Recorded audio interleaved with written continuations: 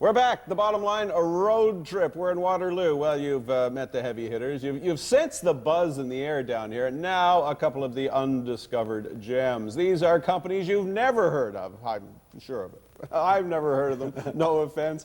We are with Kim Morouney, who is president of Listen Corporation. Brand new. That's right. Has lots of promise. And Colin Bowern, who's president of Idein Systems. Yep. These are both great mysteries to me, as is Lou Skis. He's always mysterious. Well, actually, I spent some time and explored the opportunity, Mike, and I think we got a couple of gems with a lot of stones in it. So let's get to cutting these two. Kim, when we were talking about Listen, the thing that intrigued me was that the name of the company is actually what it does. It allows companies to listen to their customers. Why don't you share with our viewers exactly what you're designing and what you're looking to achieve? Okay, sure. Listen Corporation is building the first software capable of fully analyzing language data. So if you have mountains of customer comments or results from focus groups and you need to analyze that data, Listen software will enable you to do that. Some people have a negative connotation around using information about the customer, and people have the idea that maybe you're going to look at what they say and manipulate them somehow. But what I want to stress is that what this software enables people to do is to listen more closely to your customers so that you can provide your customers with what they want. Are these like the open-ended questions on the bottom of the questionnaire? Exactly. Like, what do you really think of the bottom line? And people say, oh. Exactly. The rest of the survey, Dreadful. the rest of the survey is easy. You can design it on computer, you can take it back over the web, and you can analyze, crunch those numbers, you know, rate 1 to 7, sure. How you feel. Numericals, but easy. the part at the bottom is the part that everybody wants to read. What are your comments? What are your thoughts about this? How did you respond to whatever? But no one really knows what to do with that comments section. Well, somebody writes putrid there. If you write putrid there, you may not really want an in-depth analysis of that, but you want to know why. You want to know more about how the customers feel. So you need to look at that data very closely. And what happens when I've talked to senior executives in one of Canada's largest companies is that they have literally mountains of this stuff piling up. The executives take it home, they take it to the cottage, but how do you synthesize, how do you make use of 4,000 pages of customer comments? With our software, you will be able to get the value out of that information by analyzing what people are saying and how they're saying it. Yeah, I mean, myself having sent a lot of customer comment cards, which were very directed, and I was shocked at never getting a response. I guess that's the mystery. They're in a box somewhere, and they've never really been looked at. And really, that's as a business owner myself, in a number of different manifestations, I want to know when my customers are not happy. When they're happy, that's not the problem. It's when it's the ones that are not happy that could lead you to solving problems for others that haven't been expressed. So your software allows it to be inputted quickly, analyzed quickly, and acted upon. Is that exactly? I mean, we're moving to the point now where people aren't relying so much on form letters as they have in the past. You know, you send in your customer comment, and whether it says marvelous or putrid, you're going to get the form letter back that says, thank you so much for taking the time. And with our software, you will know exactly what that person has said to you, the tone of voice that they've adapted, so you know how to design your response. Wow. Colin, jump in here. Now tell us about Idein Systems, because it's a different part of the world entirely. Yeah, definitely. We take on more of a consulting role in helping companies design their network properly. A lot of companies these days, for example, are jumping onto the e-commerce bandwagon, and they're not realizing what it really takes to run an e-commerce site. So they get that first spike of traffic, and bang, their whole network goes down because they never thought their little white box server could really handle all that traffic, and it was a shock to them. But what really happens is the customer gets that bad image that this company is not built on a solid foundation. You know it. We take their architecture and their infrastructure and really do an analysis, whether they want to go to e-commerce, add in a new application. We help them analyze their whole infrastructure and really map out the proper way to improve it, and as well at the same time, how can they manage it efficiently.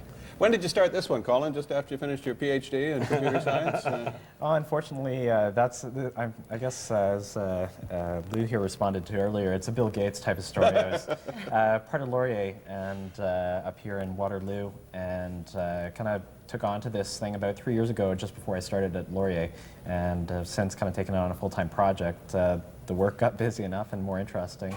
How big's the shop now? The shop is currently 3 people, including 2 contracts. We're about to take on to our next big jump, and that will allow us to increase a lot. And it's right in the finance world right now, looking for money. Terrific. Colin, you were saying to me when we were getting ready for this segment that you're moving from being a service provider, helping people design their networks, to developing your own products. You want to tell us how that process is going? There's not a lot I can say about it. One thing I can say is that we're really going after a market that traditionally in the past, they had the real need for that properly designed network, and they just couldn't afford to implement it. And now, I know you didn't want to tell us about what the idea was because you don't want to give it away, but when you tell me that you're thinking of a network that can support 250,000 users, that's pretty significant in terms of use, right? Yeah. I mean, I don't know a lot of organizations that have 250,000 chairs that they have to fill. No, definitely not. And as it comes more out to the public, you'll see where the application becomes. But our challenge really is to push the limits of technology today. And that's where we started out, as a company that likes to push the limits and really challenge technology and how it grows and how it scales and how reliable it is. And this is a kind of it's a fun project for all of us because we eat, sleep, and breathe this stuff. And so being able to push the limits to that level, that's one of our goals over several years, to really push it to a limit like that nobody out there is doing right now, and seeing how well we can do that and how efficiently. Kim, you're a university person too, but in a different sense. This entrepreneurial bug seems to strike everyone. Tell us how it hit you. Well, I have a background in languages, and I teach in a business school, so I have a PhD in business.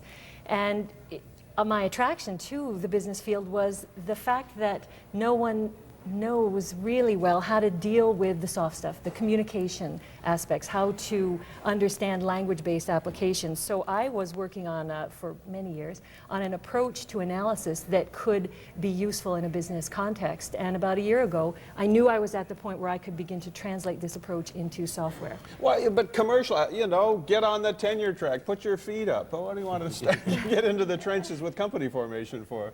I couldn't resist the notion that this was interesting to more people than just me. Interestingly enough, even in the business school, I found that people had a bit of a difficult time getting their mind around how grammar is going to help me in my life. I'm not sure why people don't like it as much as I do. But when I went out into the business community and made some contacts and talked to people about the possibility of crunching through the language data the same way you do through your numbers data, business people were very excited. I mean, I started out doing this for my own research, and it was through bumping into people on planes initially, and then through organizations like Communitech, that I realized there were applications waiting. Colin, when we were talking, you were mentioning that you're getting some financing in place and some interest from areas outside of Kitchener-Waterloo. Why don't you tell us a little bit about that?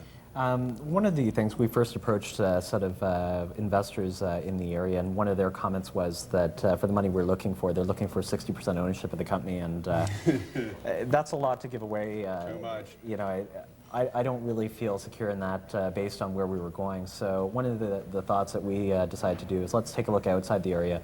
Reading articles in Red Herring and that, you see that VCs out there are willing to give away a lot of money because they've got a lot of it. So we've looked to the U.S. venture capitalists, to a few international venture capitalists to supply the money, and they've come back to us with a lot more favorable offers and opportunities. So we're currently investigating those right now. You can see there are lots of opportunities to investigate here in Waterloo. Thanks very much, Kim and Colin, for your stories, and for all the rest who participated in this first ever Bottom Line road trip. It was great to come to Waterloo. I hope we come back again because we've just scratched the surface. Bay Street Week is tomorrow night on the Bottom Line. Hope you join us then. Until then, a good night from Waterloo.